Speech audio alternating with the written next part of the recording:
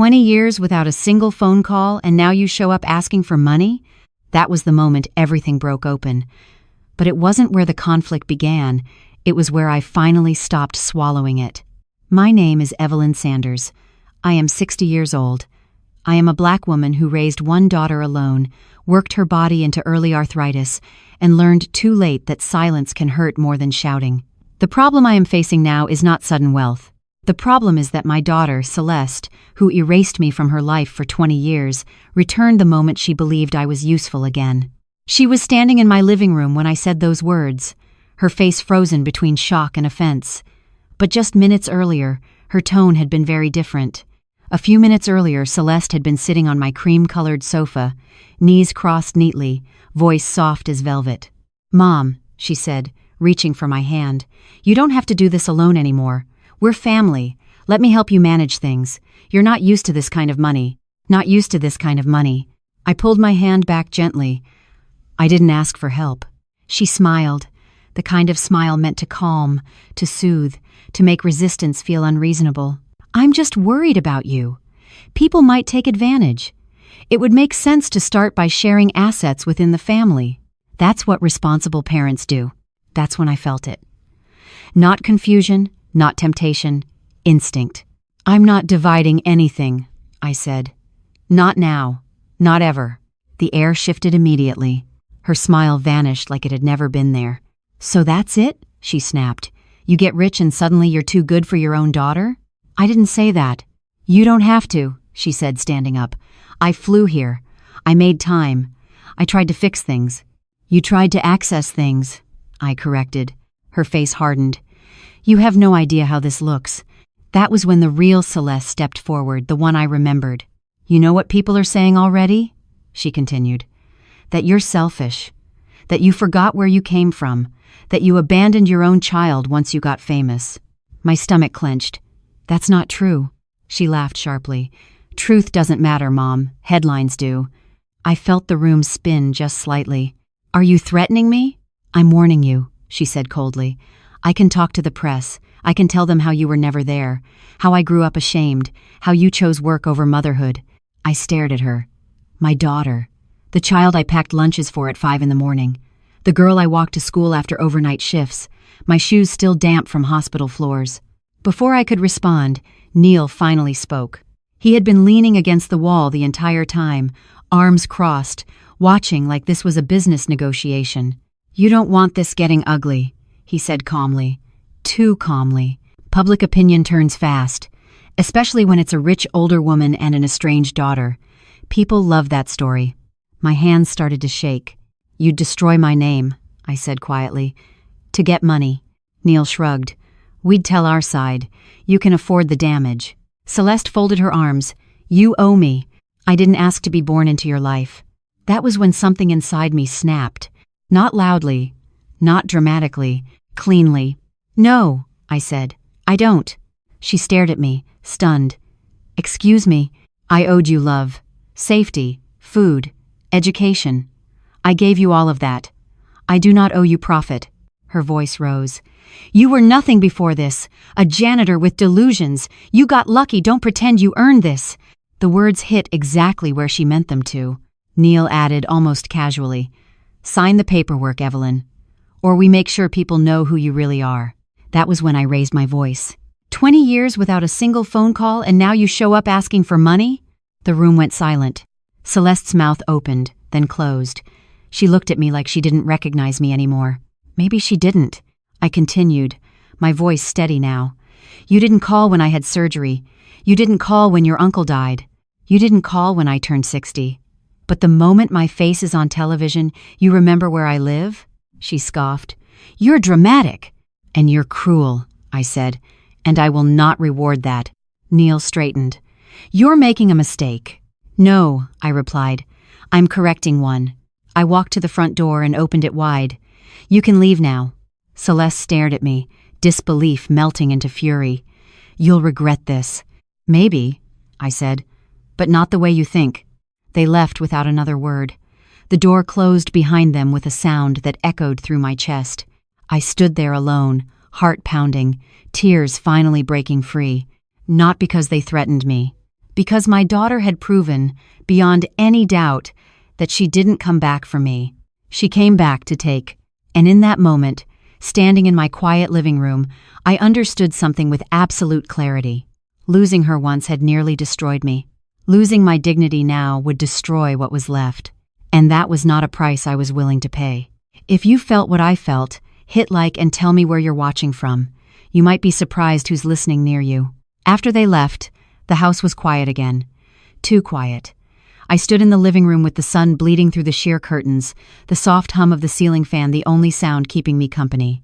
My hand was still on the door handle, my breath still shallow. I hadn't realized I'd been holding it. I walked back toward the kitchen, each step feeling like I was shaking off decades of ache. My knees reminded me I wasn't 30 anymore, but I'd grown used to their whispers. What I hadn't gotten used to was the echo of Celeste's voice in my head, still sharp from her final words. You were nothing before this. It wasn't the first time she'd said something like that. It was just the first time I didn't let it kill me. I poured myself another cup of tea, lukewarm now, and sat at the table, staring at the spot where she'd sat just minutes earlier. The indentation on the cushion was still there. That felt absurdly symbolic. A knock would have been easier. A letter, even. But no. She had shown up in full costume, husband in tow, ready to spin our broken story into something marketable. I reached into the drawer beside me and pulled out the thing I hadn't touched in years. A folded piece of paper, fragile from age and handling. It was from when Celeste was 9. The corners were soft, one side torn just slightly from being taped to a fridge long gone. It read in big wobbly pencil letters, "When I grow up, I'll buy Mommy a big purple car with glitter on the wheels, and we'll live in a castle with puppies." Below the text, a drawing. Stick figures, me, her, and a dog standing in front of something that looked more like a spaceship than a castle. I had kept it through every move, every eviction, every damn roach-infested apartment. And even when she stopped calling, I never threw it out. Now I stared at it like a relic of a child who'd vanished. Because that girl was gone. That little girl with glitter dreams had become someone who threatened to drag me through the media mud for not cutting her a piece of what she hadn't helped me build. I walked to the old wooden shelf in the hallway and opened the bottom drawer. Inside was a simple photo frame. It had once held a picture of us together on her high school graduation day.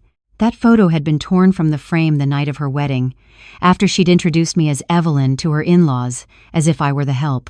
I slid the childhood letter into the frame now, careful not to crease the already delicate page. I didn't hang it up. I wasn't ready for that. I just needed it somewhere visible. Somewhere I could remember what was once real, even if it wasn't anymore. I returned to the kitchen and sat down, the tea untouched. My phone buzzed. An email, subject line, request for financial collaboration, Anderson Family Ventures. Of course, I opened it.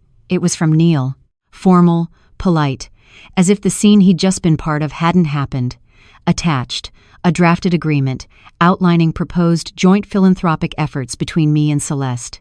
It included branding rights, media campaigns, and most importantly, control of assets placed in a family trust. I laughed out loud. The kind of laugh that doesn't feel good in your throat. The kind that hurts going up. They had it ready. Before she even rang the bell, I marked it unread and moved it to a separate folder I'd created years ago but never had a reason to use. I named it then Evidence. I was no fool. The moment they stepped onto my porch, this stopped being a family issue. This was about leverage, power, reputation. And I knew well enough that rich people don't always fight with fists. They fight with image, headlines, and legal terms wrapped in velvet. But I had something they didn't know. I'd been preparing long before today. 2 years ago, when the company's stock had started moving upward, I hired a financial advisor, not one of those flashy boys in Manhattan with big egos and zero soul. No, I hired Marcia Tiller, a retired corporate accountant from Atlanta who ran free tax clinics at the church. 67 years old, widowed, fierce as a cornered lioness. She called me baby and ma'am in the same breath, depending on whether I was listening. She was also the one who helped me lock my assets into a private foundation. Irrevocable, protected, unreachable without my consent. And the best part? Celeste's name wasn't anywhere near it. I picked up my phone and dialed Marcia's number.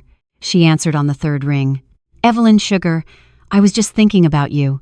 I had visitors, I said. She didn't need to ask who. How bad? She asked. Smile to scream in under 5 minutes. Lord, did they threaten you? Directly. In writing. You saved it. Already filed. She exhaled through her nose. Good girl. What do you want me to do? Start documenting. I want everything time-stamped. Every message. Every call. I need to protect myself before this becomes a war. There was a pause. Then she said, Baby, it's already a war. The minute they thought they could scare you into signing something, they declared it. I nodded, even though she couldn't see me. I'm tired, Marcia, I said. Tired all the way into my bones. I know you are, she said gently. But you're also standing, and you've got something stronger than money. What's that? Memory. I hung up and sat still. She was right.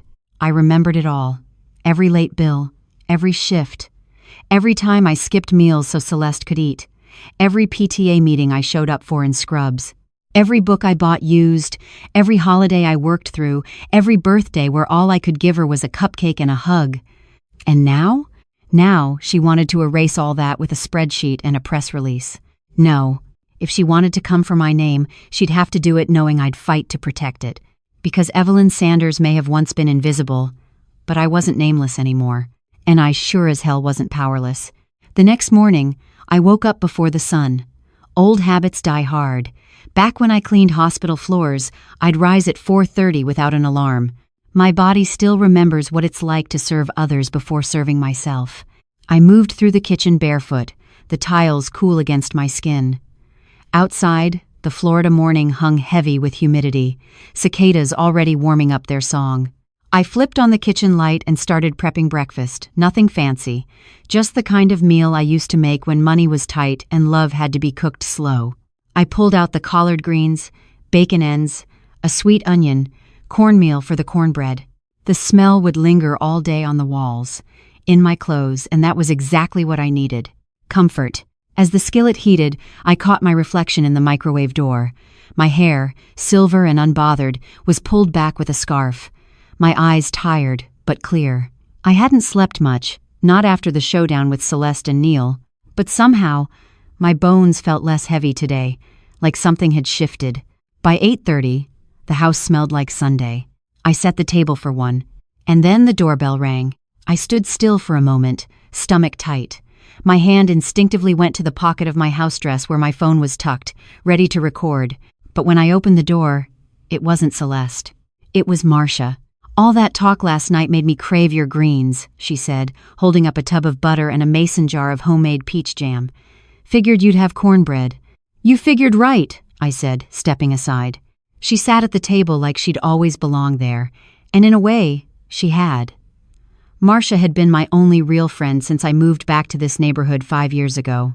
She knew the neighbors, remembered their grandkids' names, brought casseroles when folks were grieving even if they weren't grieving the right way. I poured her coffee, black with a splash of canned milk. They'll come back, she said, no preamble. I know. With softer faces and sharper knives, I nodded. You sure you don't want to get ahead of it? She asked, pulling a small leather notebook from her purse. We can call that publicist, I know. Get a story out first, frame the narrative. I'm not interested in war through headlines, I said. I want protection, not a spectacle. Evelyn, this isn't a kitchen argument. Your daughter didn't just yell at you, she threatened to go public. That could mean lawsuits, public opinion, reputation management. You're not anonymous anymore. She was right, of course. But something in me recoiled at the idea of putting my story on display. I hadn't fought my way out of silence just to become a trending topic. I need time, I said. She didn't push. Instead, she picked up her fork and took a bite of cornbread. Still the best in Florida, she said. Don't flatter me. I'm not. I'm bribing you. I need your recipe. We laughed. It felt good. Too good, maybe. I started to clear the plates when her tone changed. I looked into Anderson Family Ventures. I stopped mid-step. And? They're in trouble. Bad liquidity. Neil's company took a hit 2 quarters ago and never recovered. They've been shopping around for new investment vehicles. So I'm an investment vehicle. Yep. With a compelling backstory. Black woman rises from nothing, builds legacy, reconciles with estranged daughter, while daughter launches nonprofit in her honor. Sound familiar? It hit me like a slap. They were going to use me, I whispered. Not just for my money, but for my image. Exactly. I sat back down slowly.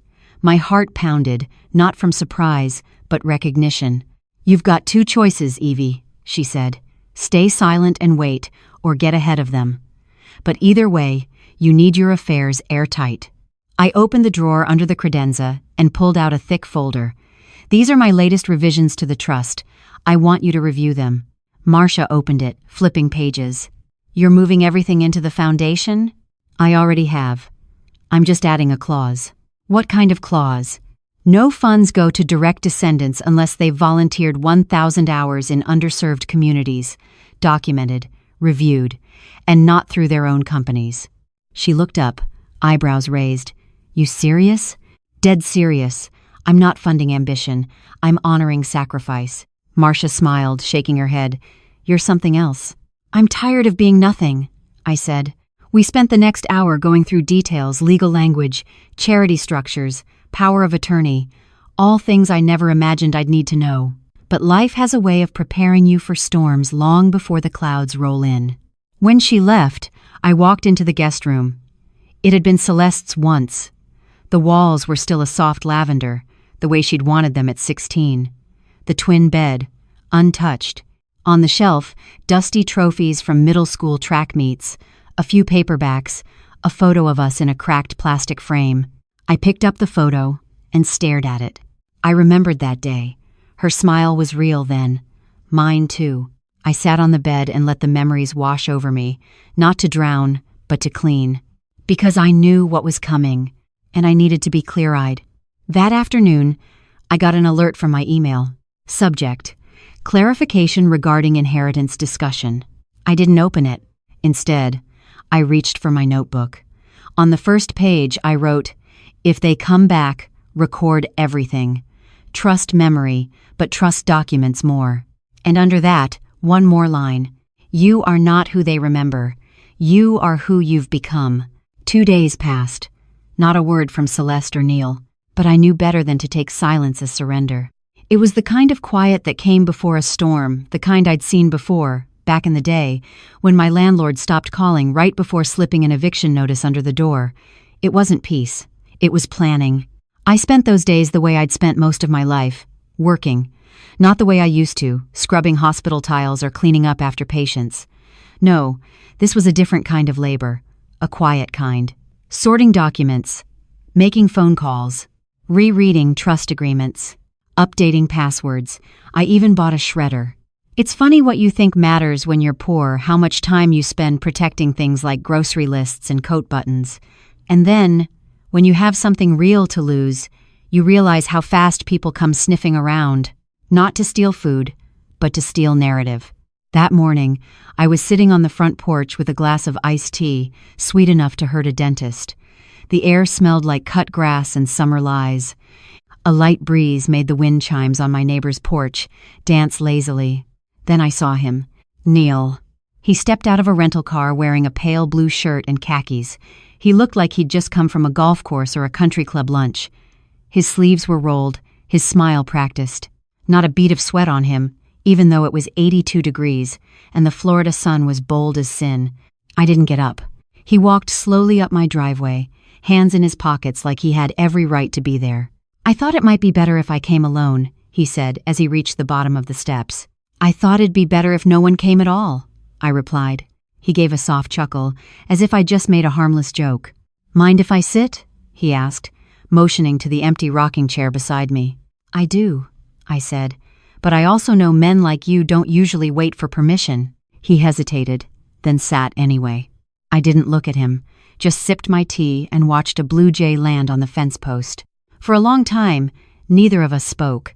Then he said, You know, Celeste had a rough time growing up. She didn't always feel seen. I turned my head slowly toward him. Do you know what time I got up every morning when she was a child? He blinked. Excuse me? 4:30. Every morning. I'd get up, make her lunch, walk her to the bus stop. Then I'd head to work and clean other people's filth until my bones screamed. I didn't always have time to coddle her, but I saw her. I saw her more than anyone else ever did." He didn't reply. I leaned in slightly, lowering my voice. "Don't come here trying to rewrite history. You weren't there. You married her when she was already full of resentment. That resentment didn't grow on its own. It was fed." He straightened in the chair, the calm slipping just slightly. "I'm not here to fight, Evelyn. I'm here to negotiate." "There is no negotiation." I said no. "You both need to respect that." He smiled again, thin and rehearsed.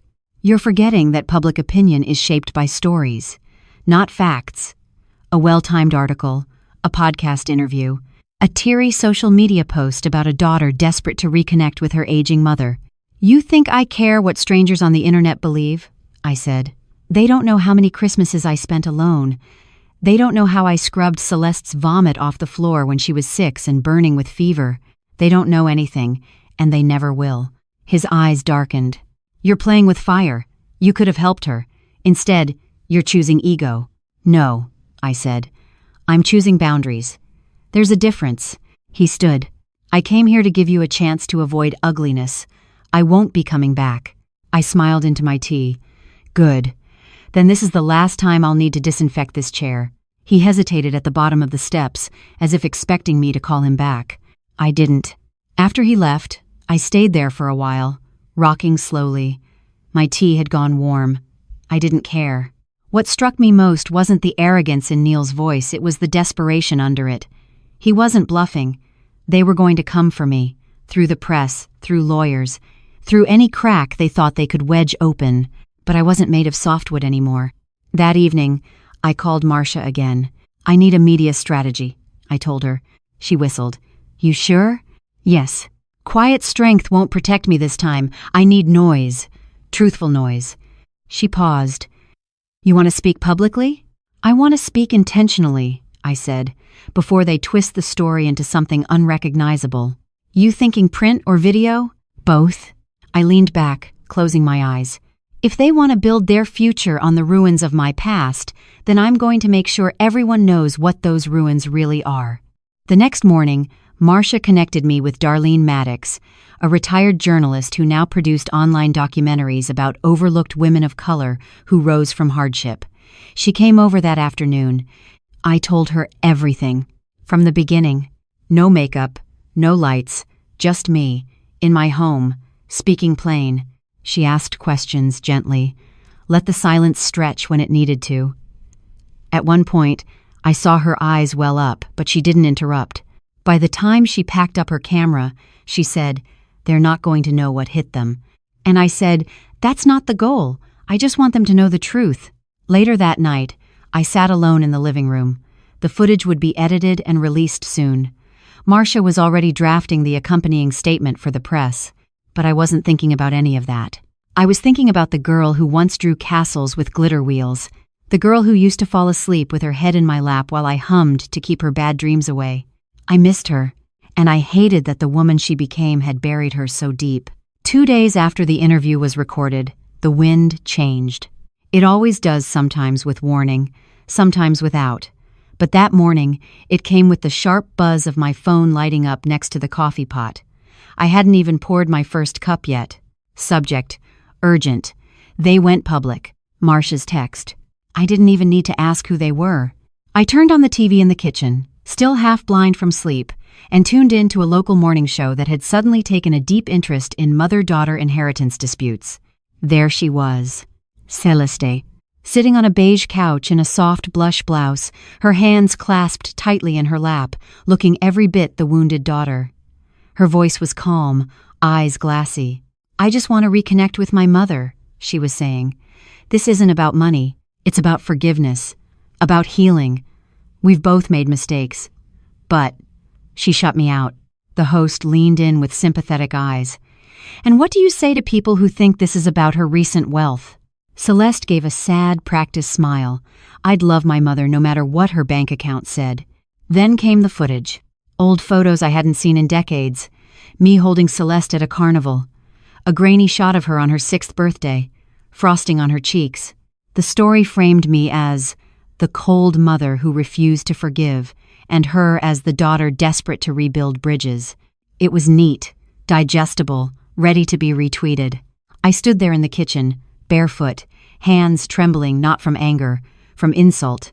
It wasn't just that she lied, it was that she had rehearsed it, that somewhere between the front door and that interview set, Celeste had managed to edit me.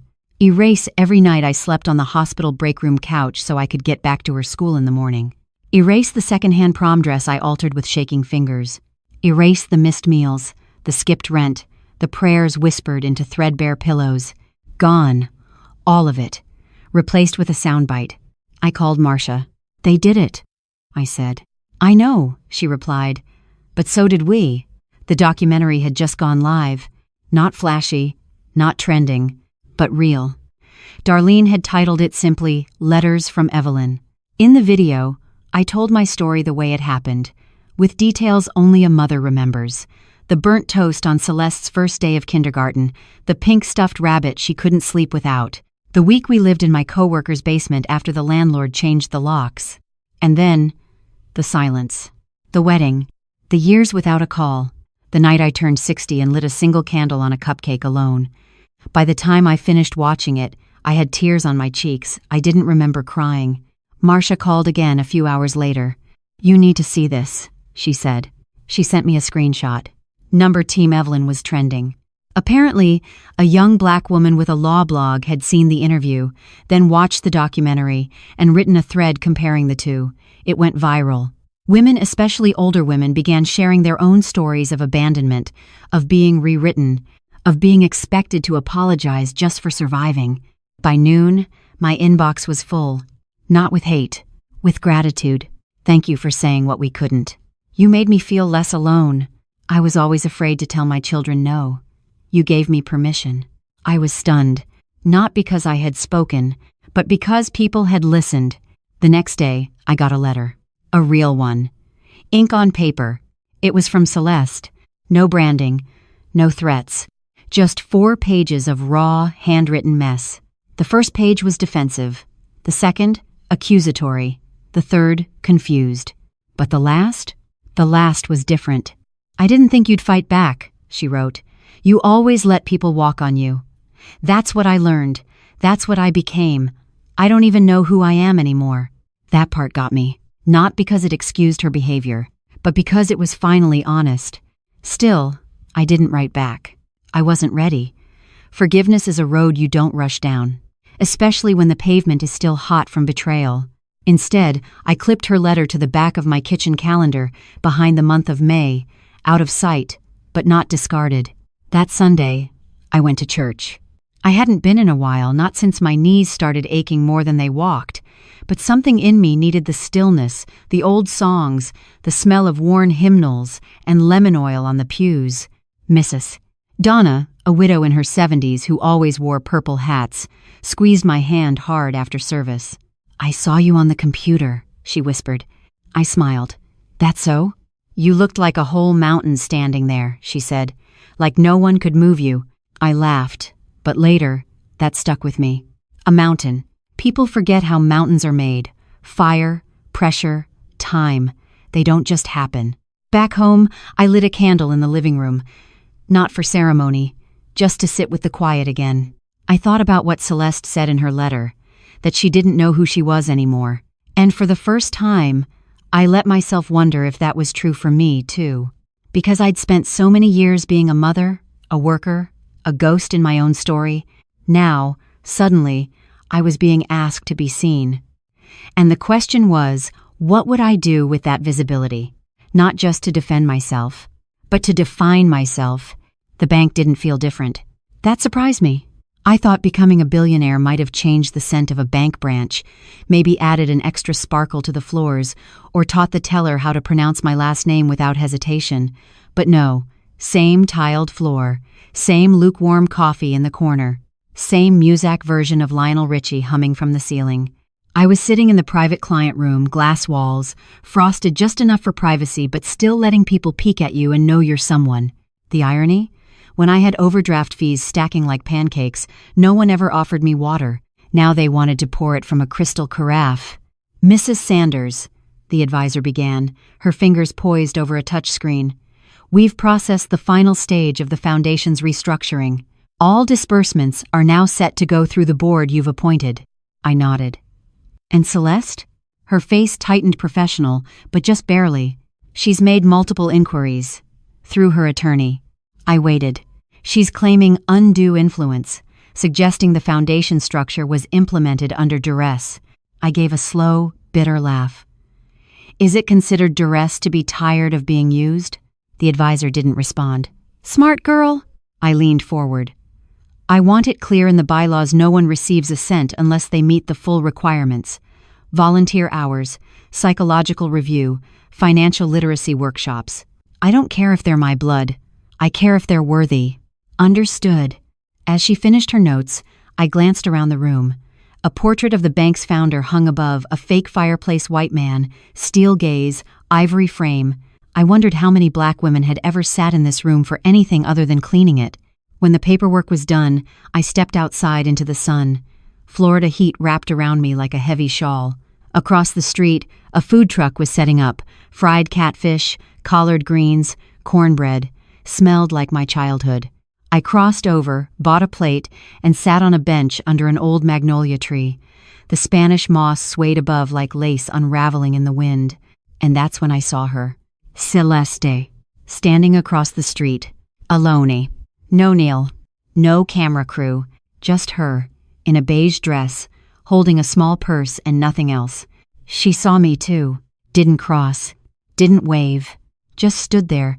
Hands clenched so tight I could see the whites of her knuckles from across 4 lanes of traffic. I didn't move. She turned, eventually, and walked away. I sat there with my plate cooling beside me, heart clenched in a way I hadn't expected. It would have been easier if she'd screamed, if she'd cursed me across the street. But that silence was worse. It meant she was realizing something she couldn't unrealize, that money can't mend a bridge you burned and buried the ashes of. Back home, I opened my laptop and saw another email from her attorney. This one was different. Short. To the point. They were withdrawing their request. No lawsuit. No further contact. They were cutting ties. I stared at the screen for a long time. My breath shallow. The email wasn't victory. It was a funeral. Later that night, I walked out onto my porch with a glass of sweet tea and my old radio. I turned it to a jazz station, something smooth, slow, music that didn't demand anything of me. The stars were out. Not many you had to go deep into the country for a sky full of God's promises, but enough to remind me I was still here. I thought about everything. The betrayal, the threats, the letter, and then the quiet. Not peace, but quiet. There's a difference. I pulled out my notebook, the one I'd been keeping since this mess started. I flipped past all the notes, the phone logs, the email transcripts, to the last page, and I wrote, I am not broken. I am just no longer bending. Underneath it, one more line. Forgiveness is not a check with your name on it. 2 Sundays after the silence settled, I cooked too much food. I didn't plan to. I was only making enough collard greens and roast chicken for myself and Marcia, maybe a neighbor if they dropped by. But somewhere between washing the turnip greens and basting the bird, I found myself doubling everything. Extra sweet potatoes, 2 pans of cornbread, a full pitcher of sweet tea, peach cobbler in the oven. It was muscle memory, Sunday dinner, done the way it was when family used to matter. But now the table sat empty, save for me and my oldest friend.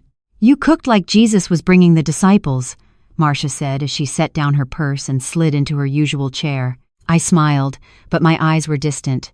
I don't know what came over me. She didn't ask. Just passed me the butter and started humming a church hymn under her breath. We ate quietly for a while. The kind of quiet that only comes from people who've been through things and don't feel the need to fill every space with noise. Midway through dessert, she looked up and said, I saw Celeste last week. I didn't flinch. I just chewed. She was at a cafe in Winter Garden. Alone. No Neil.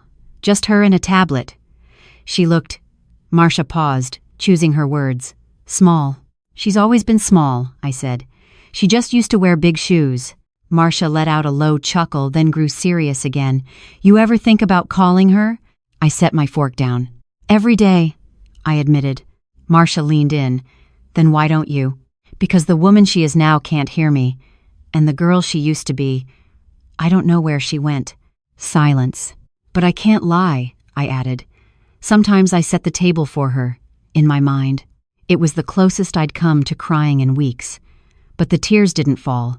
They just sat there, behind my eyes, like guests who hadn't decided whether to stay or go. After Marcia left, I wrapped the leftovers carefully, labeling the containers like I used to when Celeste was in school. Monday lunch. Don't forget this. Love, Mom. I placed them in the fridge and stood there a long time, the cold seeping into my skin through the open door.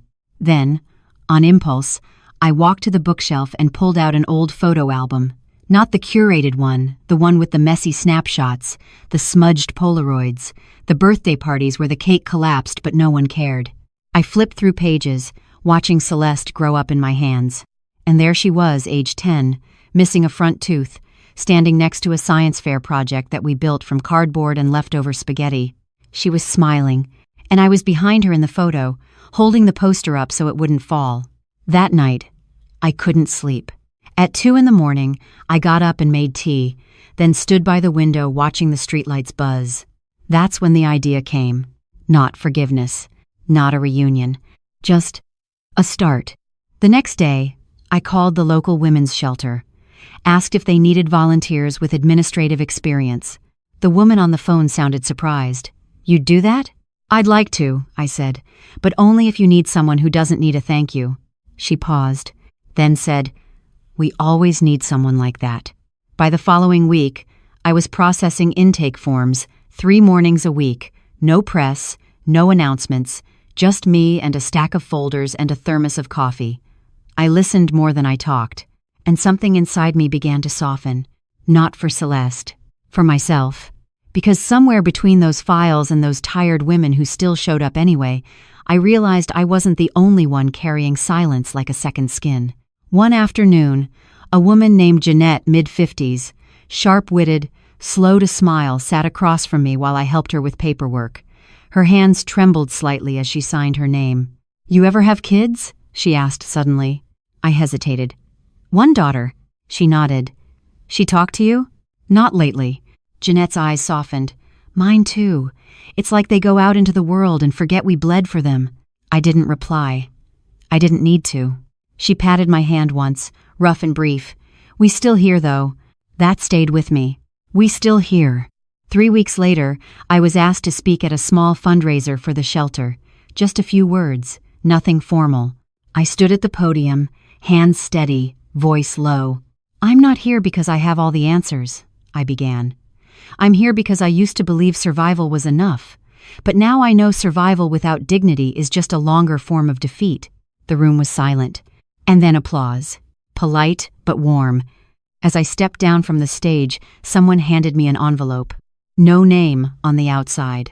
Inside, a folded note. 4 words. "Still your daughter. Always." My breath caught. The handwriting was unmistakable. Celestis. I looked around, but she wasn't there. Just the echo of what might come next. It was late when I heard it. Just past 9 p.m. A time when my house had long slipped into its usual hush. The dishes were done, the radio off.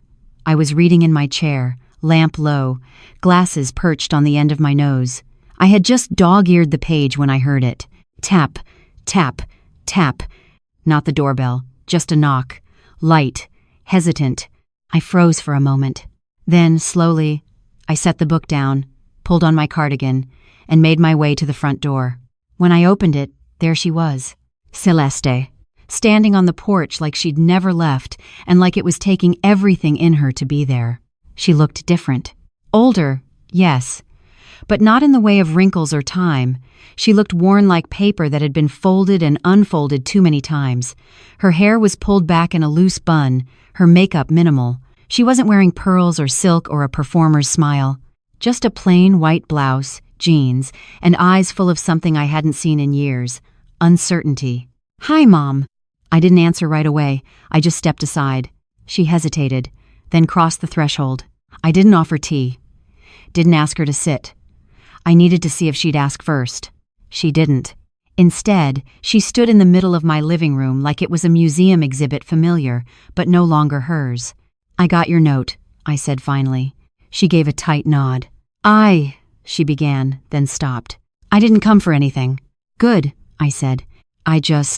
Her voice cracked slightly. I saw the fundraiser, and the interview, and I realized I didn't know who you were anymore. And now? She looked at me. I think I want to. I folded my arms. That's not a small thing to ask. I know. I'm not the same woman who raised you. I know that, too. There was a long silence between us, thick, unyielding. Then I said, sit down. She did, carefully, like the chair might break beneath the weight of everything unsaid. For a while, we sat like that, two women linked by blood and broken history, unsure which thread could be safely tugged without unraveling the rest. I wasn't trying to hurt you, she said eventually. You didn't have to try, I replied. She winced. I was angry.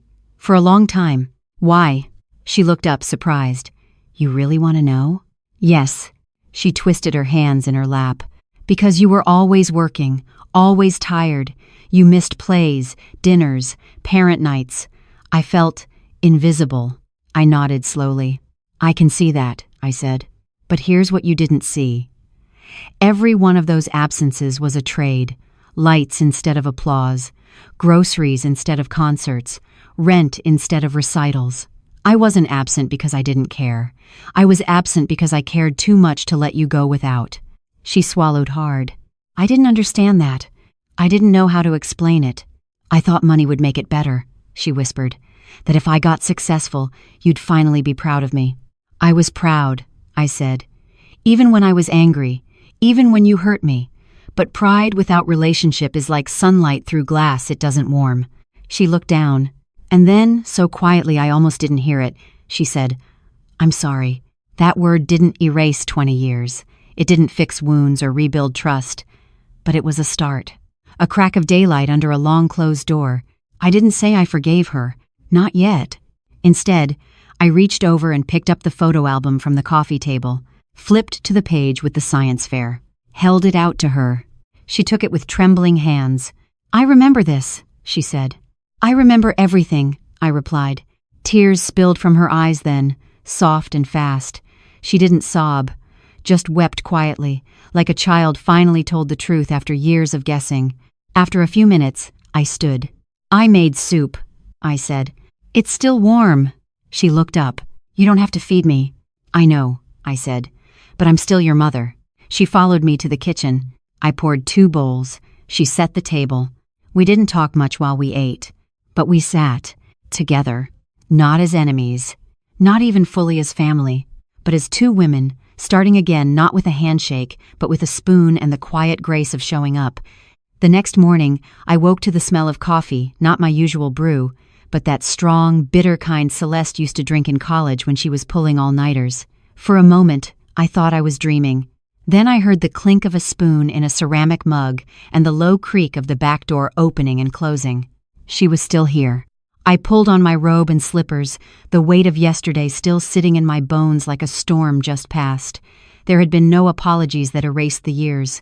No hugs, no declarations, just soup and silence, and 2 women breathing the same air without setting fire to it. I stepped into the kitchen.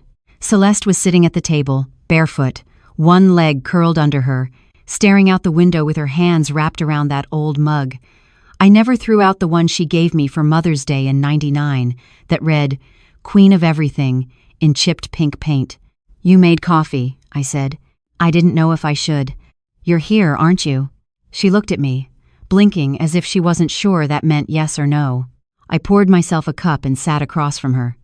The silence between us was gentler today, less brittle. I couldn't sleep, she said. Me neither. I kept thinking about the fundraiser, and the shelter, and those women. She shook her head. They looked at you like you were something holy. I raised an eyebrow. They were just being kind.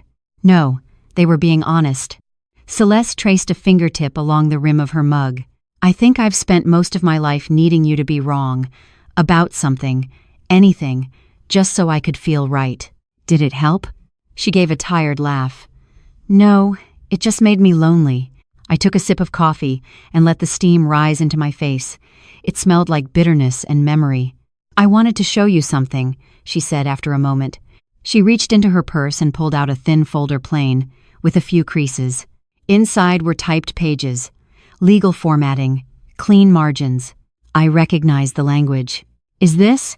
I dissolved the consulting firm, the one Neil and I built. She paused. It was corrupt, Mom. The clients, the shell companies, it was all smoke, all built on borrowed names and blurred lines. I looked at her closely. Did he know you were shutting it down? No, but he will. I'm stepping away. From him. From all of it. I nodded slowly, my heart careful. Is that about me? I asked. Or about you? She met my gaze. It's about what I became trying to chase something I didn't understand. About how I learned to weaponize your silence instead of listening to it. There it was again. Honesty. Still raw, but getting stronger. I slid the folder back to her. I'm not going to say I'm proud. Not yet. But I am. Relieved. Celeste smiled, just barely. I want to do something different now. Not just for image, but something real. I want to work. Actually work. With the shelter, maybe. Or community grants. I don't know where to start. You start by showing up, I said, and by not needing to be the loudest voice in the room. I can do that. I stood to refill my mug. She stood too. Wait, I said. Let me do this part. Let me serve you for once. She sat back down slowly, eyes shining with something that wasn't tears this time. It looked like humility. I poured her another cup, set it down gently in front of her, and sat again. We didn't need a grand reckoning. Just a table, 2 mugs, and the willingness to keep talking. After breakfast, I invited her to come with me to the shelter. She agreed without hesitation. We drove in silence most of the way. The Florida roads were lined with blooming crepe myrtles, their pink flowers dropping like soft confetti along the asphalt. When we arrived, I introduced her to Jeanette and the others. No one fawned, no one cared about her LinkedIn page or her curated past. They handed her a clipboard and asked her to count canned goods in the pantry. And she did, without complaint. When we left that afternoon, she was sweaty, sore, and smiling in a way I hadn't seen since she was 16 and got her first job scooping ice cream at Mr. Joe's parlor. That felt real, she said as we got back in the car. Hard, but good. I didn't respond. Didn't need to. That night, we cooked dinner together, real dinner. Fried catfish, mac and cheese from scratch. And okra, which she used to hate but now claimed was not that bad. We ate in the backyard, cicadas humming their dusk songs in the trees. The air was thick, but not heavy. As we finished dessert, Celeste looked up and asked, "Do you think we'll ever be what we used to be?" I shook my head. "I hope not." She blinked, surprised. "Because what we used to be," I said, "was unfinished, one-sided. What we are now, it's being written with both our hands." She nodded slowly, the words settling inside her like seeds. We sat there a long while, not as mother and daughter reclaiming the past, but as 2 women choosing the future. Together. 3 weeks later, my lawyer called. "Evelyn, I need you to come in." I knew the tone in his voice, serious, but not urgent, legal, but laced with something personal, something final. I arrived at the office just after lunch, the Florida sun high and angry. The receptionist, a polite young man with eyes too tired for his age, offered me lemon water and led me into a private meeting room. The lights were low, cool, still, as if silence was part of the decor. Thomas, my estate attorney of nearly a decade, stood as I entered. "You're looking well," he said, motioning to the chair across from him. "Wellness is relative," I replied, sitting down. "What's this about?" He opened a folder and slid a packet toward me. "Your will." I raised an eyebrow. "It's already in place." "I know, but I wanted to review it. With everything that's happened, I thought you might want to make adjustments." I stared at the pages. For years, it had been simple. Most assets to the foundation, some to distant cousins, a few bequests to old co-workers who'd mattered more than blood. No mention of Celeste. "I watched the fundraiser," Thomas continued carefully, "and the interview, and I know you've been spending time with your daughter again." I didn't respond. He waited. "I don't know what she is to me now," I finally said. "I know what she was. I know what she wasn't. But what she might be, I'm still figuring that out." Thomas nodded, folding his hands. "There's no pressure, just clarity. Whatever you decide, I'll make sure it's honored." I left the office with the amended documents in a sealed envelope. Back home, I didn't open them. I placed them on the coffee table, untouched, and went to the kitchen to prepare dinner. The act of cooking settled me. Chopping onions, measuring spices, stirring sauces. There was comfort in precise steps. Celeste arrived around 6, still in jeans and a sweat-stained t-shirt from the shelter. She looked younger every day, as though shedding the armor of her old life made her skin breathe easier. "Smells like you're feeding an army," she said, dropping her bag near the door. "I like leftovers," I replied. After dinner, we sat on the porch. Cicadas buzzed, and the street was quiet, as if the whole world was pausing to let us speak. "I saw Neil today," Celeste said, unprompted. I stiffened. He didn't say anything, just passed by me in the parking lot at Publix. But he gave me this look, like I was made of glass, and he'd forgotten how to hold me. "Did you speak?" "No," she said. "But I think we said everything already." His silence was the most honest thing he's given me in years. I didn't speak for a while. Then I said, "There's something I need to ask you." She turned to me, alert. "If I left nothing to you in my will, nothing monetary, what would you feel?" She blinked, caught off guard. She hesitated. "Honestly, a year ago I'd have called you cruel. 3 months ago I'd have said you were making a point. But now?" She looked down at her hands. "I think I'd understand. I didn't earn your trust. I didn't earn your name, or your story. And that matters more than the house or the bank account." I exhaled slowly. Not relief, exactly, but recognition. "You're not wrong," I said. "But that doesn't mean I'm right." She looked at me, uncertain. "I haven't made a decision yet," I continued. "But if I do leave something, it won't be for who you were. It'll be for who you're trying to become." Celeste nodded slowly. "That's fair." That night, after she left, I sat with the will again. I opened the envelope, reread every page. Then I took out a pen and added a line. "To my daughter Celeste, I leave not only what I have, but what I have learned. That dignity is not inherited, it is chosen, every day." The next morning, I had the documents notarized and sealed away. Later that week, at the shelter, Jeanette cornered me near the supply closet. "Saw your girl on the local paper," she said with a smirk. "Said she's organizing a fundraiser for legal aid. That true?" I smiled. "It's true." "Damn," Jeanette said, crossing her arms. "Must be strange, watching someone find their wings after spending so long trying to pluck yours." I thought about that. "It is," I said. "But maybe that's how it works sometimes. Maybe we're not meant to fly at the same time." She snorted. "Don't get poetic on me." But she smiled. That Sunday, Celeste showed up with a peach cobbler she made herself. It was burnt around the edges. Too much sugar, not enough cinnamon. But I ate 2 helpings. Because healing isn't always sweet. Sometimes it's lumpy and clumsy and offered with an awkward smile. And sometimes, that's enough. The invitation arrived on a Wednesday. Heavy envelope, embossed lettering, a soft cream cardstock that smelled faintly of lavender and ego. Celeste had mailed it, though she lived 10 minutes away. It was for the launch of her new initiative, the E. Sanders Foundation Fellowship, named after me, without asking, a grant program for young women of color entering public service or nonprofit work. The event was to be held at the downtown Civic Hall, catered, with media coverage. There was a handwritten note tucked inside. "I know this might feel too soon, but I wanted to honor where I come from. I hope you'll come." For 5 minutes, I just held it. The envelope, the weight of it. Like it was asking me to vote. On her, on the past, on the future. I didn't RSVP. I just showed up. The Civic Hall had been redecorated since the last time I'd been there, decades ago for a school board meeting. Back then, I was just a mother begging for Celeste's bus route not to get cut. Now I was being ushered through a side door and led to the front row, where my name had been printed on a delicate gold place card, Mrs. Evelyn Sanders, guest of honor. I sat down quietly.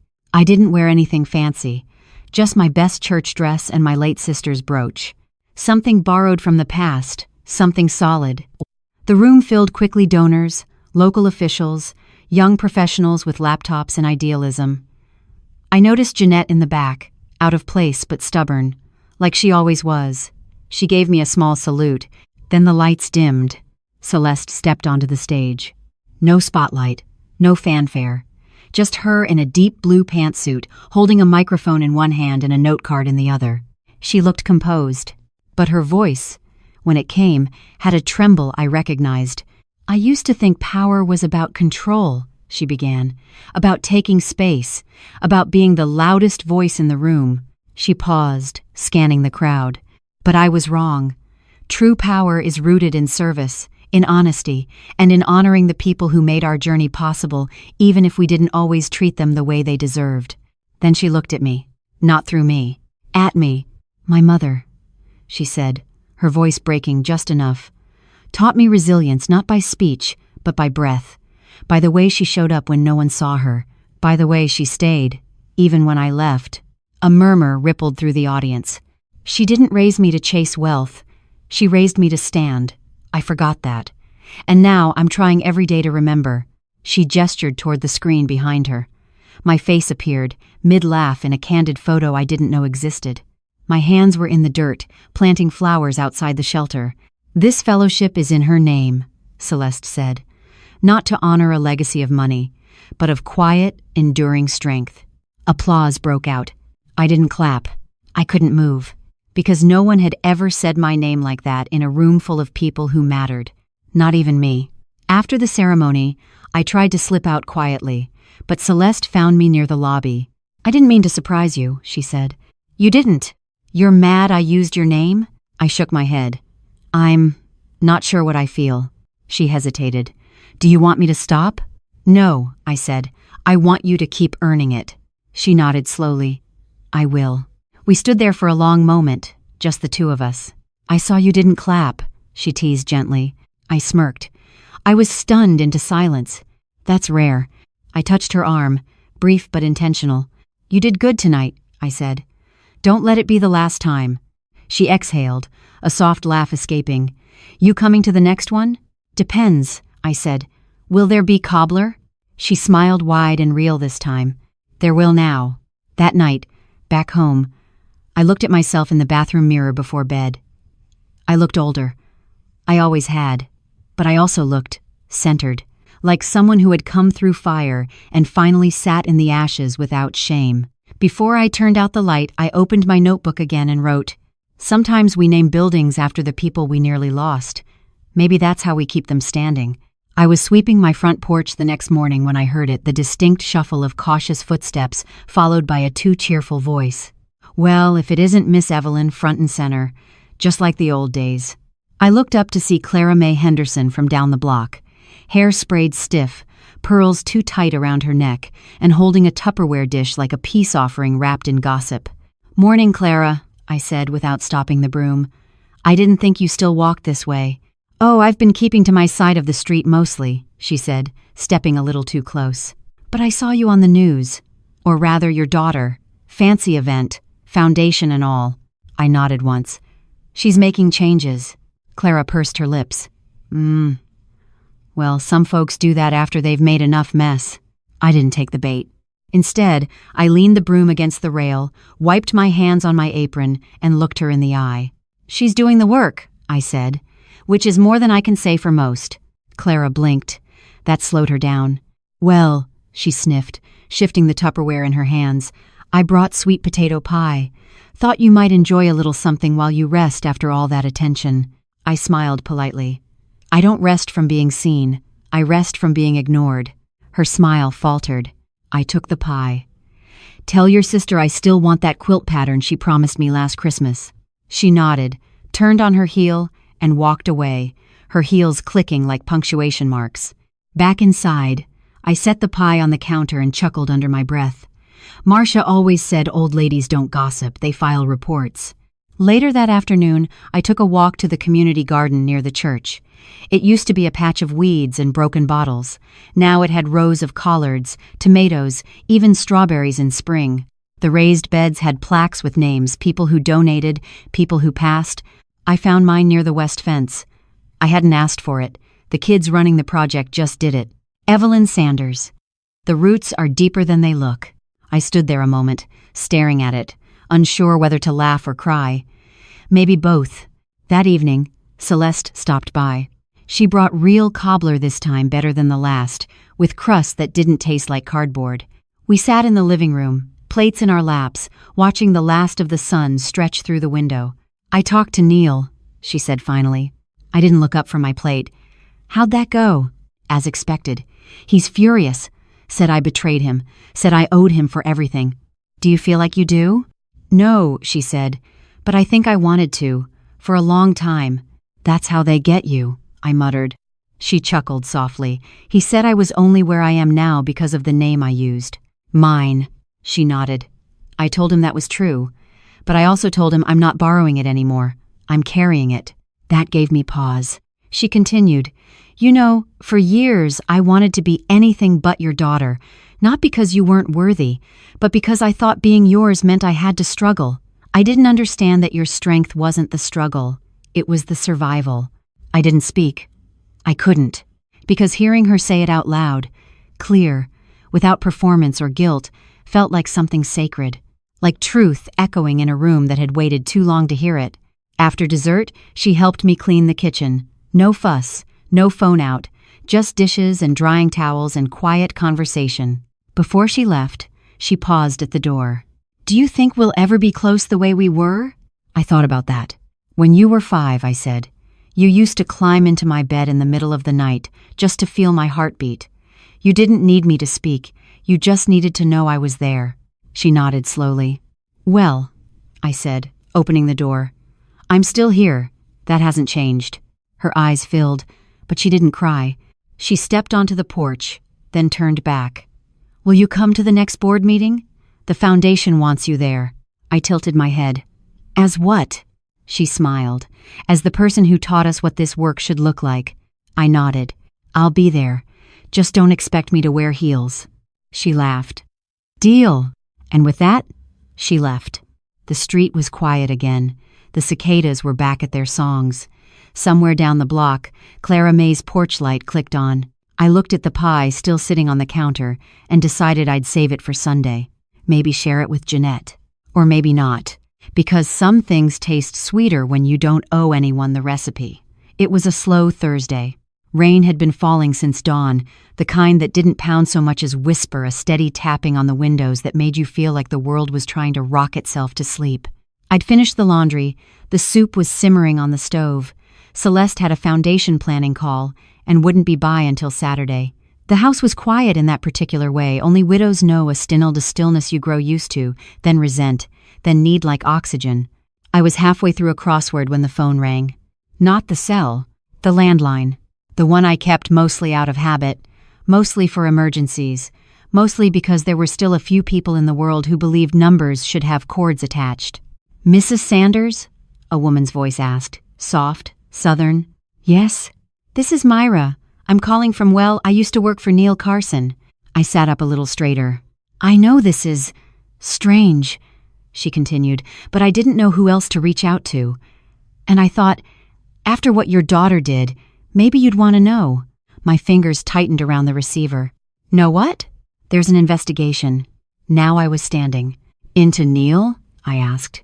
"Yes, and the firm, and several contracts that go back years, federal money, shell accounts, off-the-books deals under your daughter's name, but all of them signed while she was still being manipulated." My stomach sank. "I saw the news," Myra continued, "about the foundation, about Celeste turning over those files. That was brave, but it kicked up a hornet's nest." I took a breath. "Is Celeste in trouble?" "No, that's the thing. They're painting her like a whistleblower now. But there's chatter. Neil's angry, real angry, and he's saying things, ugly things, about your family, about you." I closed my eyes. Of course he was. That man had never accepted a woman walking away from him with her spine intact. "I'm sorry to bother you," Myra said. "I just thought if it were me, I'd want someone to tell me." "Thank you," I said quietly. After we hung up, I stood by the window, watching the rain. It was the kind of moment I hadn't felt in a long time. The slow, rising tension of a storm you thought had passed but was only catching its breath. An hour later, I heard Celeste's voice outside. She burst in, soaked to the skin. "I need to talk to you," she said, breathless. "Did Myra call you?" I nodded once. She called me too. I didn't know she still had my number. We sat at the kitchen table, water dripping from her sleeves. She said Neil's threatening to go public, Celeste said. He's talking to a reporter, claims he has emails, messages, says I signed off on things I didn't understand. Do you think he does? I asked. Celeste looked down. Maybe. Maybe there's something in those files I didn't catch. Maybe I was too naive. Maybe I let him use my name too freely. I reached over and took her hand. That man was your husband. You trusted him. That's not a crime. It is in business, she muttered. We sat in silence. Then she looked up at me with eyes that were no longer just afraid but furious. I won't let him ruin this. What we're building, what we finally have. Then we fight smart, I said. Not loud, not desperate, smart. Celeste nodded slowly. Do you still have your notes? I tilted my head. All the files, emails, receipts. She was referring to the binder I kept. The one I'd started when I first suspected Neil was manipulating her, years ago. I hadn't mentioned it. Not because I forgot, but because I hadn't known if it would hurt more than help. I do, I said. Every page. Her shoulders sagged with relief. That might be what clears me, she whispered. What shows they weren't my decisions? That I was just a name he needed. I'll make copies tomorrow, I said. But if we go down this road, there's no going back. The press, the questions, it's all going to stir up again. She looked at me with a steadiness that surprised me. I'm ready. That night, I didn't sleep much. I sat up in bed reading old printouts, highlighting notes in yellow, trying to find the thread that would unravel Neil's lies. Somewhere between the spreadsheets and the statements, I saw it. The pattern. The shell firms were created right after Celeste took her maternity leave. Her email logins dropped. Signatures changed subtle differences, but I'd known my daughter's handwriting since the first time she scribbled on the wall in crayon. He'd forged her name, over and over. The next morning, I met with Thomas, the lawyer. We gathered it all, labeled everything. By noon, Celeste and I were sitting with a federal investigator. By 3 o'clock, the case had a new trajectory. We left the office exhausted but a little lighter. I don't know how to thank you, Celeste said as we walked to the car. You don't, I replied. You just keep showing up. You just keep walking forward. We drove in silence. Not the heavy kind, the healing kind. Like two people who'd survived something together and didn't need to speak it to feel the bond. That night, I added one more line to my notebook. Some storms don't come to break us. They come to name our roots. The mail arrived a little later than usual, just after the heat broke. I was sitting on the front porch in my old wicker chair, a glass of sun tea sweating beside me, when I saw the postman turn the corner. A young thing barely out of school who always waved but never said much. Today, he looked nervous. He handed me a manila envelope, heavy and sealed with a red sticker across the flap. From the Department of Justice, he mumbled. I took it, nodding. Thank you. When he left, I didn't open it right away. I just sat there, listening to the cicadas hum louder, as if they, too, could sense the shift in the air. Eventually, I peeled it open. Inside were the official statements. Neil was being indicted. Fraud. Forgery. Misappropriation of federal funds. A neat little list of crimes stacked like bricks around his reputation. But what caught my breath was the attached affidavit. My daughter's name, at the top. Not as defendant, as key witness. Celeste had given them everything. The emails, the voice recordings, even a journal entry where Neil confessed, drunk and angry, to signing her name to avoid the dam board's endless approvals. She had stood under oath and told the truth. I set the pages down and looked out over the neighborhood, same hedges, same sidewalks, same chipped mailbox 2 doors down. But something felt different, like the world had tilted, ever so slightly, back toward justice. That evening, Celeste arrived with takeout fried chicken, mashed potatoes, and cornbread that was probably store-bought but still warm. I thought we deserved dinner that didn't come out of a Tupperware, she said. We ate at the kitchen table, window cracked to let the breeze in. Neither of us mentioned the envelope at first.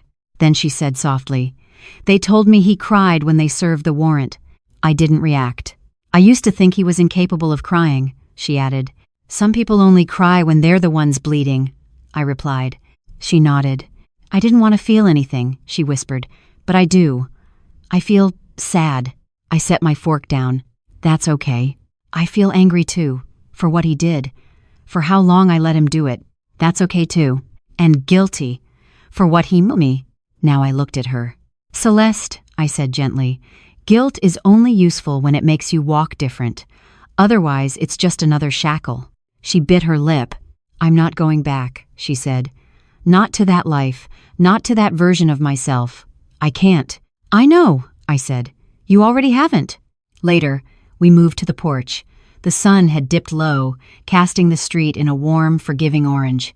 She rocked slowly in my late husband's chair, toes brushing the floor. I keep thinking about that day, she said, when I showed up here, asking for money, threatening you. I still hear myself say those words. So do I, she winced. I don't say that to hurt you, I added. I say it because it happened, and it matters that we remember, not to punish, to prevent. Celeste nodded, wiping at her eyes. I was so desperate to control something, anything. You weren't alone in that, I said. I spent years trying to control how you saw me. Whether you'd come back, whether the absence could be undone. But the truth is, control isn't love. It's fear in a dress. We sat there in silence. Just two women with scars no longer fresh, but still tender. I'm scared, she admitted. Not of Neil. But of what comes next. Of trying to live a life that's not built on illusion. I reached over, took her hand. That's the only kind of life worth living. She looked at me. Can I stay tonight, she asked. I don't want to go back to that apartment. Not tonight. Of course, I said. The guest room's made up. Sheets are clean. She smiled. Feels like I'm 16 again. Coming home after messing up. You're not 16, and this isn't messing up. This is building. That night, I passed her in the hallway. She was brushing her teeth, humming an old gospel tune I hadn't heard her sing in decades. I paused at the door, watched her for a moment. She caught my eye in the mirror. What?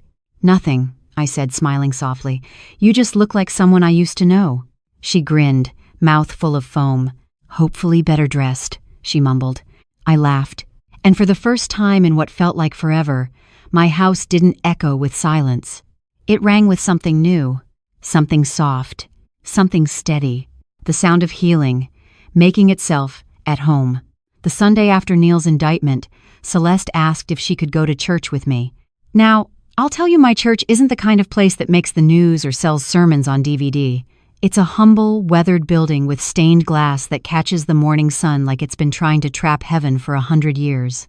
The kind of place where deacons wear too much cologne and the choir claps just a second off beat. But it's home. It had been my sanctuary long before Celeste was born, long before my heart had ever been broken wide open. So when she asked to come, I looked her over tight curls tucked into a scarf, palms fidgeting, and said, "Only if you wear a hat." She raised a brow. "A hat? Don't walk into that sanctuary looking like the world chewed you up. You walk in with your head high. Let them know you're still standing." She smiled, and we spent the next hour digging through my old hat boxes until we found the perfect one, a wide-brimmed navy blue with a little sparkle on the band. It had been my mother's, worn once, at her own daughter's wedding, and now here it was, on Celeste's head. We arrived just before the second hymn. Heads turned, whispers hummed. Some recognized her from the news. Others remembered her as the girl who disappeared. But no one said a word out loud. Not yet. Pastor Green's sermon was called "What Mercy Looks Like After the Fire." I don't know if he planned it for us or if God just had good timing. But by the end, even the pews felt like they were leaning forward. Celeste sat straight the whole time, eyes fixed on the pulpit, hands tight in her lap. When the choir rose for the final song, she stood too, though she didn't sing. Afterward, folks started approaching. At first it was polite nods, then hands on shoulders, then the real talk.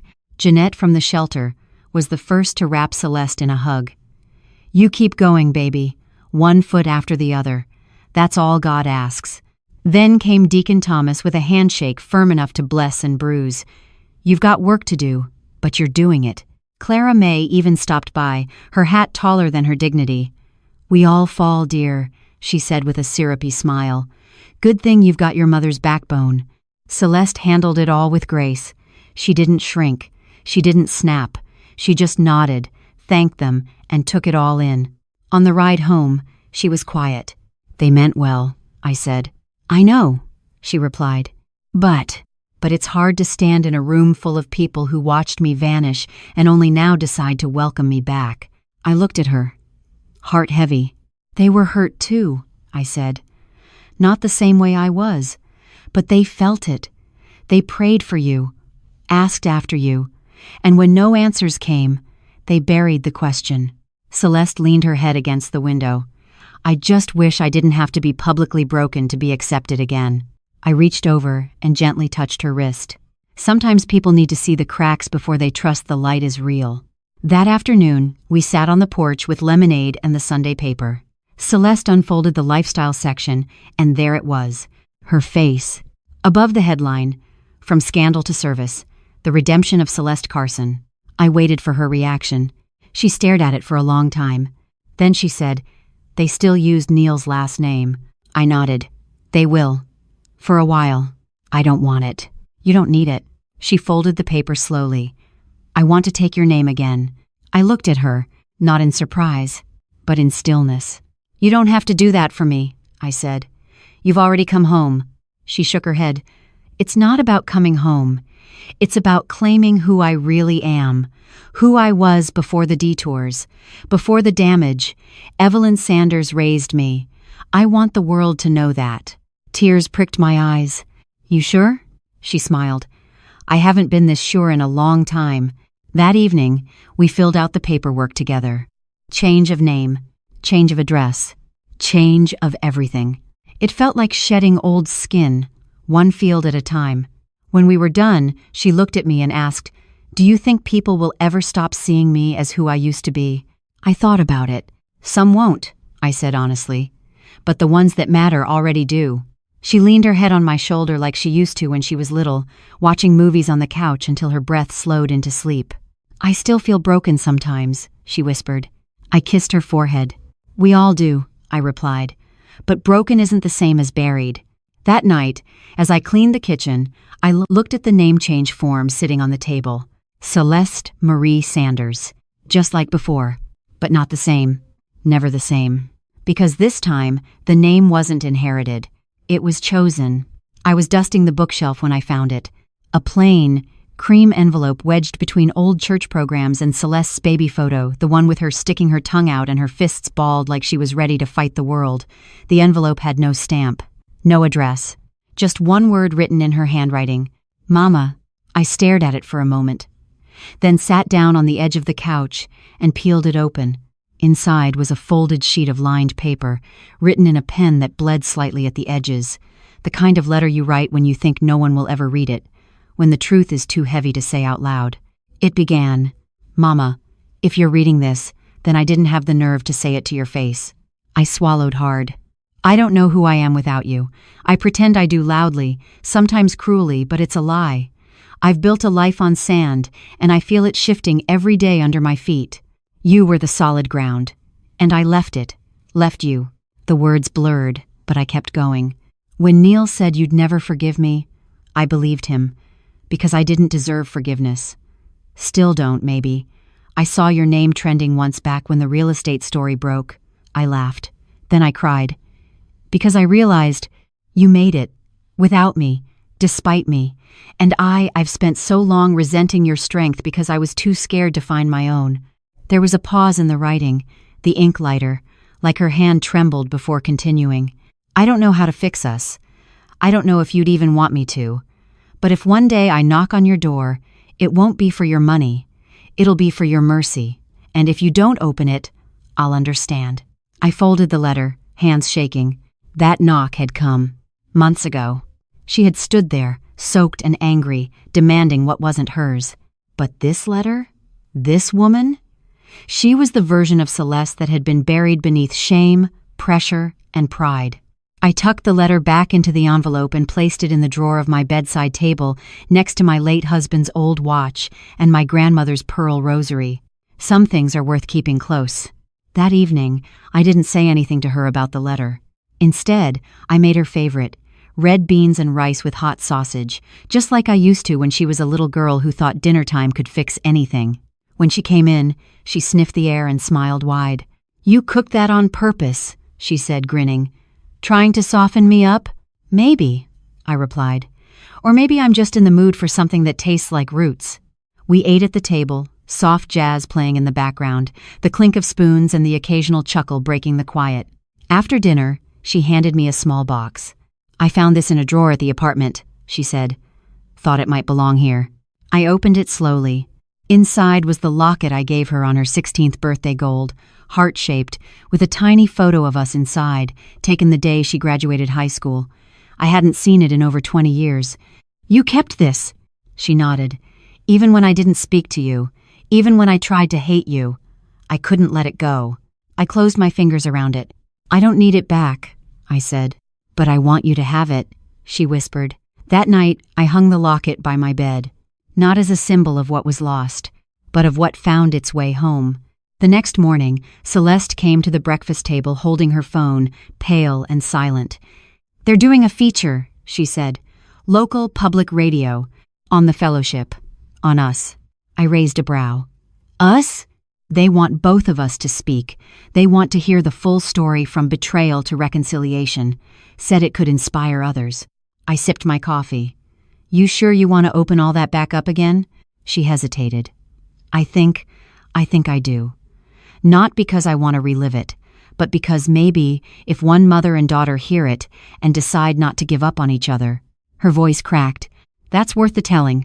I reached over and touched her hand. "Then we'll tell it." She exhaled. "Together? Always." That evening, we practiced what we might say.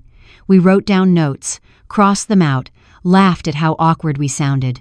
But somewhere in that process, something beautiful happened. We weren't just recalling pain, we were reclaiming it. And maybe that's the heart of every good story. Not just the fall, but the way we choose to rise. We arrived at the radio station just before noon. It was smaller than I expected, tucked between a sandwich shop and a dry cleaner, with a little red on-air light above the door that flickered like an old memory. The kind of place that hadn't changed its carpet since Reagan was president. It smelled faintly of coffee and dust, and something else, reverence. A young man with bright eyes and headphones around his neck greeted us. "You must be the Sanders ladies," he said, beaming. "That's us," Celeste replied, gripping her tote like it might fly away if she let go. We were led down a narrow hallway, plastered with photos, local authors, community activists, the jazz trio from down the street. Real people. Folks who had something to say, even if the world didn't always want to listen. Inside the studio, the host was waiting. Her name was Ramona, late 50s, kind eyes, with a voice like smooth butter and a handshake that meant business. "I've been looking forward to this," she said. "Your story, it's got weight, but it also has wings." We took our seats behind the microphones. I glanced at Celeste, her posture straight, her breathing tight. "You don't have to perform," I whispered. "Just speak." She nodded, jaw clenched. Ramona tapped her notepad, and the red light came on. "Good afternoon," she began, "and welcome to Voices from Home, where we bring you real stories from the heart of our community. Today's guests are a mother and daughter whose journey of estrangement, reckoning, and reconciliation has struck a chord across this city. Please welcome Evelyn and Celeste Sanders." I took a breath. Celeste spoke first. She told the story plainly, how she'd spent years building a life she thought would validate her, how she'd trusted the wrong man, how she lost her way. Then, it was my turn. I spoke not with blame, but with memory. About nights spent wondering where I went wrong. About folding laundry while tears slipped quietly down my cheeks. About watching her success from afar, aching to share the pride but too wounded to reach. The air in the studio thickened as we went on. Ramona barely spoke, just let us unwind the years. Then came the question that turned the tide.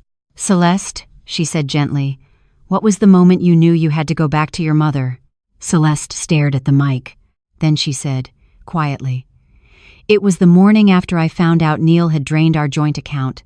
I was alone, cold. I opened the fridge and realized I didn't even have eggs. And for some reason, I thought about my mother making breakfast, singing hymns, wearing that old pink robe, and I realized the last time I truly felt safe was in her kitchen." I felt my throat tighten. Ramona turned to me.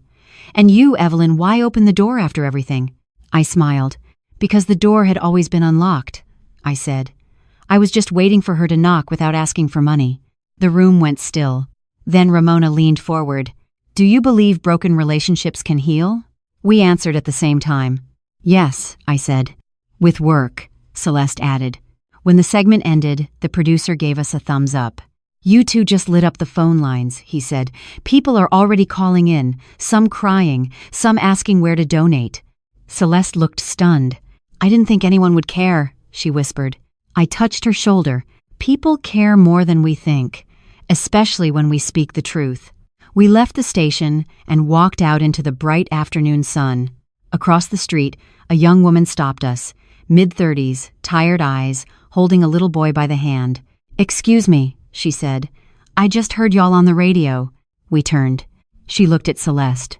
My mama hasn't spoken to me in 5 years, she said. I'm the one who left. Took a man's side, and I've been too proud to say I was wrong. But hearing you, I'm gonna call her. Today. Celeste's lip trembled. That's good, she said. Call her. The woman nodded, eyes shining. Thank you, she whispered. As they walked away, Celeste looked at me, stunned. I didn't think my shame could help someone. I smiled. That's what grace does. It recycles what the world tries to waste. That night, we made spaghetti and garlic bread. Nothing fancy. Just food that fills you without asking for perfection. We sat on the porch again, side by side, and for the first time in years, it felt like we were exactly where we belonged. Celeste turned to me. I've been thinking. Dangerous, I teased. She smirked. What if we turned the guest house into a retreat space for women coming out of hard places? Just a weekend thing. Rest, reflection, some tools to rebuild. I blinked. That's a big idea. I know. But I think we could do it. Together. I looked out across the yard, imagining it, the laughter, the tears, the sacred silence of women being seen again. I think, I said slowly, that sounds like a kind of ministry. Celeste nodded. A ministry built on second chances. And in that moment, I saw it. Not just her, but us. Not just the wreckage, but the rebuilding. Spring came late that year. The cold held on longer than usual, as if reluctant to let go. But when the thaw finally came, it was sudden and complete. Daffodils burst through the earth like they'd been holding their breath.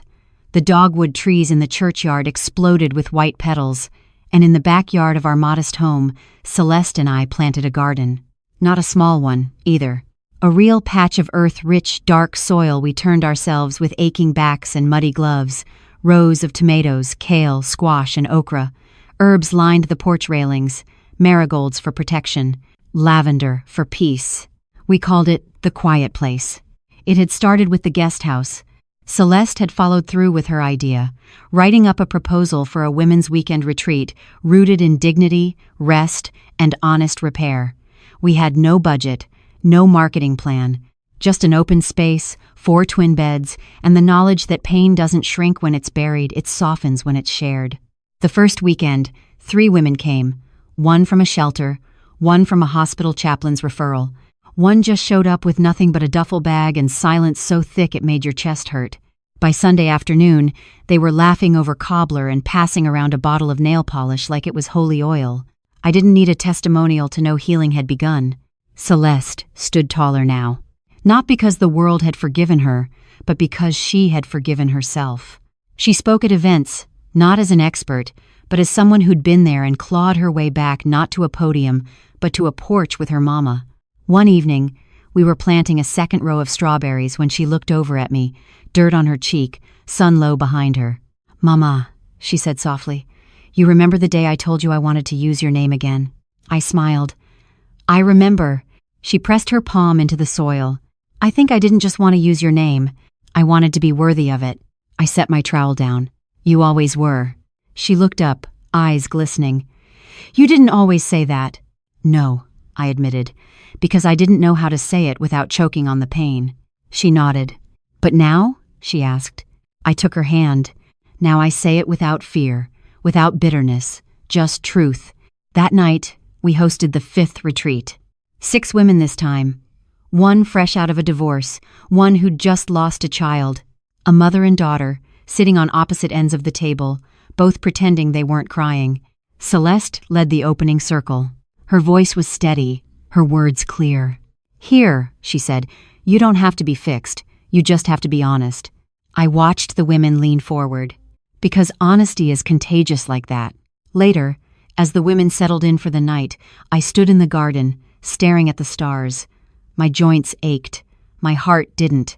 Celeste joined me, a blanket wrapped around her shoulders. "Sometimes I wonder what life would have been like if I never left," she said. I looked at her profile in the moonlight. "But then you wouldn't be this woman," I said. "You'd be someone polite, controlled, maybe even successful, but not whole." She nodded slowly. "I like this version better," she whispered. "So do I." The cicadas hummed. Inside, the laughter of women floated through the window. Celeste turned to me. "You think Daddy would be proud?" I smiled, eyes misting. "I think he's been watching from the front row, shaking his head and laughing, saying, 'Those women sure know how to stir up a resurrection.'" Celeste laughed a real, deep laugh that filled the night air. We stood there a while longer. In the garden we grew, in the life we rebuilt, in the silence that no longer meant absence, but peace. And as the breeze kissed our skin, I realized something. This wasn't just a second chance. It was a new beginning. Rooted, real, and finally, home.